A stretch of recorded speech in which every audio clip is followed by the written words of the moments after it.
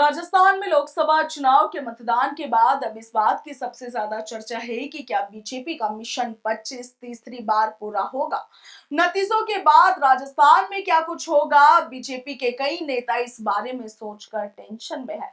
राजनीतिक एक्सपर्ट्स की माने तो उनके मुताबिक फलोदी सट्टा बाजार का दावा है कि बीजेपी को इस बार सीटों में कटौती राजस्थान में हो सकती है, जिसे खुद केंद्रीय गृह मंत्री और पार्टी के दिग्गज नेता अमित शाह भी स्वीकार कर चुके हैं।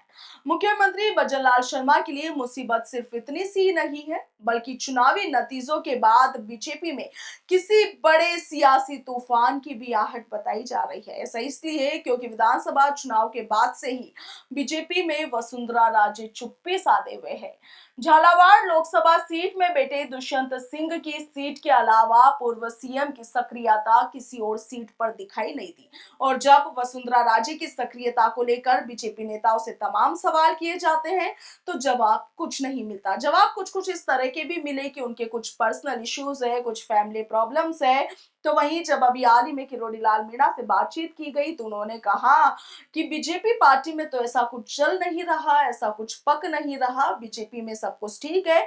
वसुंधरा राजे को लेकर जब सवाल किया गया तो उन्होंने साफ तौर पर यह कहा कि वो झालावाड़ में एक्टिव रही, मगर सवाल यही कि वसुंधरा राजे ने अपने बेटे दुष्यंत की सीट झालावाड़ को छोड़कर राजस्थान में कहीं और प्रचार प्रसार क्यों नहीं किया।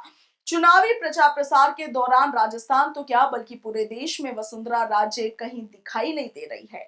जानकारों के मुताबिक अन्य सीटों पर बीजेपी के पक्ष में परिणाम नहीं होने पर मुख्यमंत्री भजनलाल शर्मा के लिए कई बड़ी चुनौतियां पैदा हो सकती है। हाल ही में कैबिनेट मंत्री डॉक्टर किरोड़ी लाल मीणा ने भी भ्रष्टाचार को लेकर सीएम से शिकायत की, जिससे अनुमान ये लगाया जा रहा है कि अब किरोड़ी लाल मीणा भी सीएम के खिलाफ मोर्चा खोल सकते हैं।